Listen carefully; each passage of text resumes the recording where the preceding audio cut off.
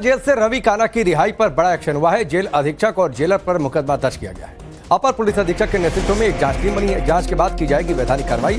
Police की ओर से यह कहा गया, दरअसल गैंगस्टर रविंदर नागर उर्फ रवि काना की बिना आदेश के यूपी के बादा जेल से रिहाई हुई, जिसको लेकर जेल प्रशासन में हड़कंप मचा हुआ है। जेल प्रशासन की चूक के चलते जेलर को निलंबित किया गया है। वहीं जेल अधीक्षक के खिलाफ भी जांच की जा रही है। केस दर्ज किया गया है। डीजी जेल ने इस मामले में जांच डीआईजी प्रयागराज जोन राजेश श्रीवास्तव को सौंपी है।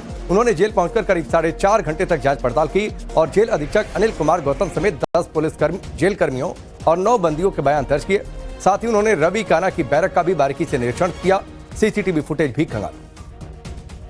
जनपद बांदा के थाना कोतवाली नगर में जेल चौकी प्रभारी द्वारा दी गई एप्लीकेशन के आधार पर जेल में नियुक्त अधिकारी कर्मचारीगण के द्वारा एक अभियोग के विरुद्ध एक अभियोग पंजीकृत किया गया है, जिसमें आरोप लगा है कि जेल में निरुद्ध एक अपराधी जिसका नाम रवि काना है, उसका जनपद गौतम बुद्ध नगर के माननीय न्यायालय के समक्ष पीसी के पेशी के उपरांत बिना किसी माननीय न्यायालय के आदेश के और बिना माननीय न्यायालय को उसको रिहा कर दिया गया।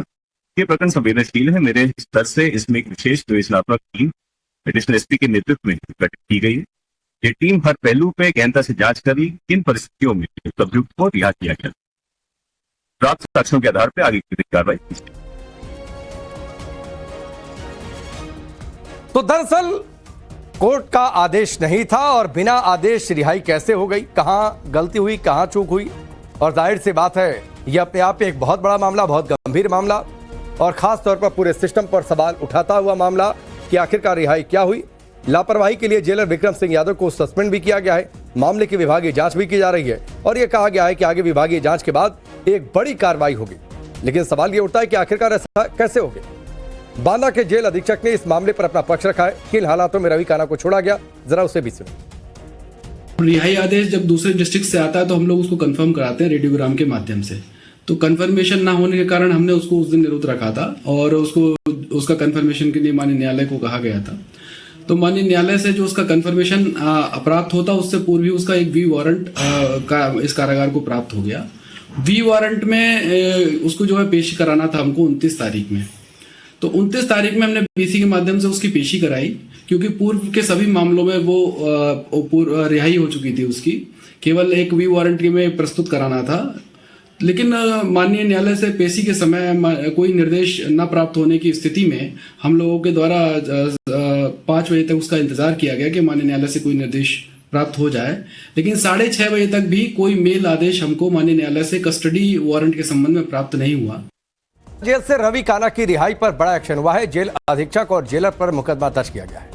अपर पुलिस अधीक्षक के नेतृत्व में एक जांच टीम बनी है। जांच के बाद की जाएगी वैधानिक कार्रवाई। पुलिस की ओर से यह कहा गया, दरअसल गैंगस्टर रविंदर नागर उर्फ रवि काना की बिना आदेश के यूपी के बादा जेल से रिहाई हुई, जिसको लेकर जेल प्रशासन में हड़कंप मचा हुआ है। जेल प्रशासन की चूक के चलते जेलर को निलंबित किया गया है। वहीं जेल अधीक्षक के खिलाफ भी जांच की जा रही है। केस दर्ज किया गया है। डीजी जेल ने इस मामले में जांच डीआईजी प्रयागराज जोन राजेश श्रीवास्तव को सौंपी है। उन्होंने जेल पहुंचकर करीब 4.5 घंटे तक जांच पड़ताल की और जेल अधीक्षक अनिल कुमार गौतम समेत 10 जेल कर्मियों और 9 बंदियों के बयान दर्ज किए। साथ ही उन्होंने रवि काना की बैरक का भी बारीकी से निरीक्षण किया। सीसीटीवी फुटेज भी खंगाला। जनपद बांदा के थाना कोतवाली नगर में जेल चौकी प्रभारी द्वारा दी गई एप्लीकेशन के आधार पर जेल में नियुक्त अधिकारी कर्मचारीगण के द्वारा एक अभियोग के विरुद्ध एक अभियोग पंजीकृत किया गया है, जिसमें आरोप लगा है कि जेल में निरुद्ध एक अपराधी जिसका नाम रवि काना है, उसका जनपद गौतम बुद्ध नगर के माननीय न्यायालय के समक्ष पीसी के पेशी के उपरांत बिना किसी माननीय न्यायालय के आदेश के और बिना माननीय न्यायालय को उसको रिहा कर दिया गया। ये प्रकरण संवेदनशील है। मेरे स्तर से इसमें एक विशेष विवेचनात्मक टीम एडिशनल एसपी के नेतृत्व में गठित की गई है। ये टीम हर पहलू पे गहनता से जांच करी किन परिस्थितियों में अभियुक्त को रिहा किया गया। प्राप्त साक्ष्यों के आधार पर आगे की कार्रवाई की जाएगी।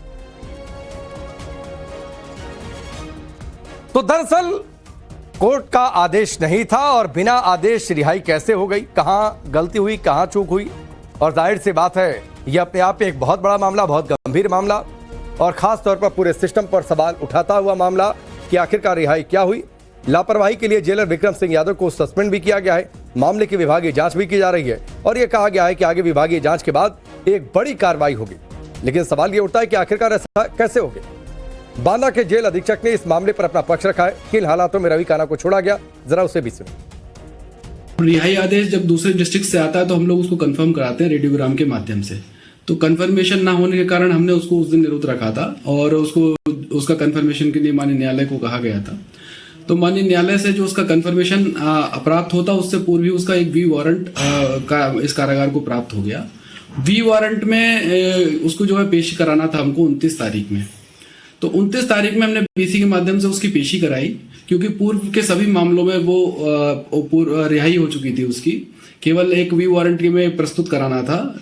लेकिन माननीय न्यायालय से पेशी के समय कोई निर्देश न प्राप्त होने की स्थिति में हम लोगों के द्वारा 5 बजे तक उसका इंतजार किया गया कि माननीय न्यायालय से कोई निर्देश प्राप्त हो जाए। लेकिन 6:30 बजे तक भी कोई मेल आदेश हमको माननीय न्यायालय से कस्टडी वारंट के संबंध में प्राप्त नहीं हुआ।